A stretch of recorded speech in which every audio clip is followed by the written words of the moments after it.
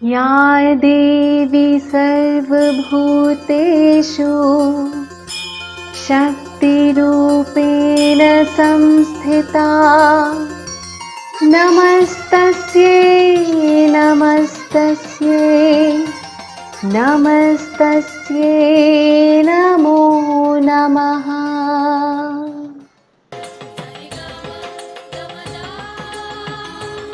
भारतवर्ष वेदों और पुराणों का तीर्थ है। यहाँ पग पग पर बीते हुए कल की निशानियां हैं। ऐसी ही एक निशानी अपने आंचल में संजोए हुए है। दक्षिण भारत में तेलंगाना का बेहद खूबसूरत शहर वारंगल एक ऐतिहासिक और धार्मिक नगर है। यहाँ के प्राचीन मंदिरों में पहाड़ी की चोटी और झील के किनारों पर बना मां भद्रकाली मंदिर भक्तों के लिए आस्था का सबसे बड़ा केंद्र है।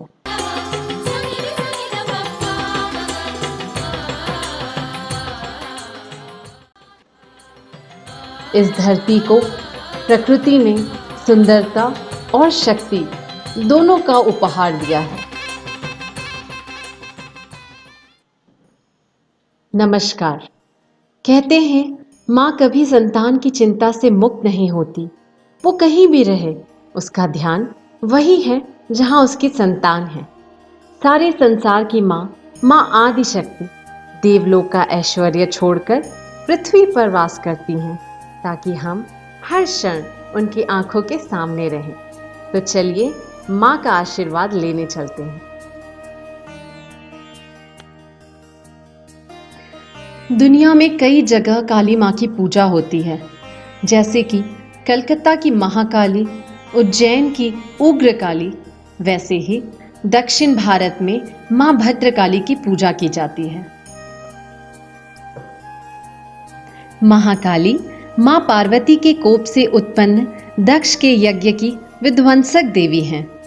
दक्षिण भारत में यह भद्रकाली के रूप में पूजी जाती हैं।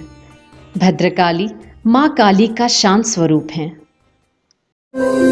ऐगिरि नंदिनी नंदित मोदिनी विश्व विनोदिनी नंदिनुते गिरिवर विंध्य शिरोदिनी वासिनी विष्णु विलासिनी जिष्णुनुते भगवती हेशिति कंठ कुटुंबिनी भूरि कृते जय जय हे महिषासुरमर्दिनी रम्य कपर्दिनी शैलसुते।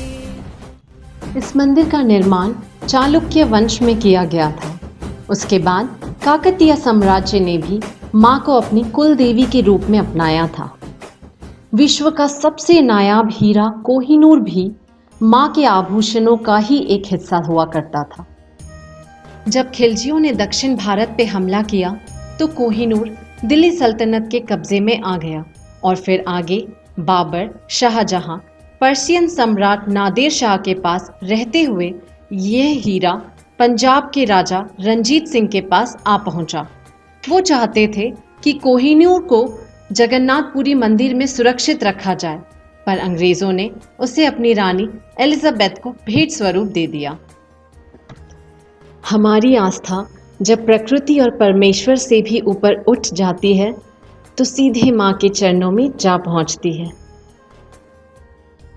भोर भई दिन चढ़ गया मेरे अम्बे भोर भई दिन चढ़ गया मेरे अम्बे हो रही जय जयकार मंदिर विच आरती जय मां हे दरबारा वाली।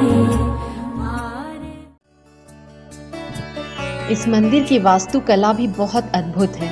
मंदिर के आसपास के क्षेत्र में कई प्राकृतिक चट्टानें और झील हैं जो मंदिर की सुंदरता को और भी बढ़ा देते हैं, खास तौर से सूर्यास्त के समय।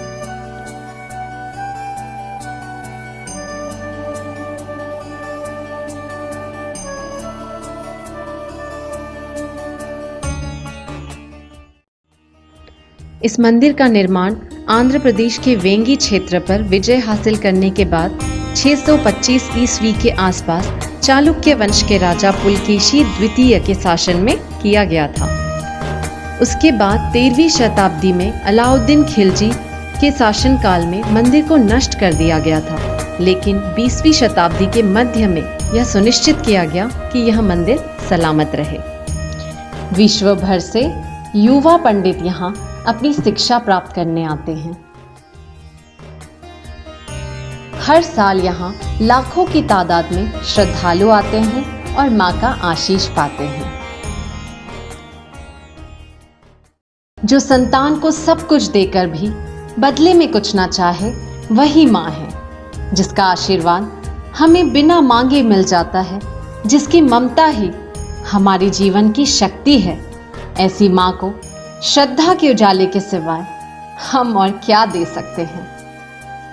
नमस्कार। अगर आपको हमारी ये कोशिश पसंद आई है तो हमारे चैनल को लाइक, शेयर और सब्सक्राइब ज़रूर करें।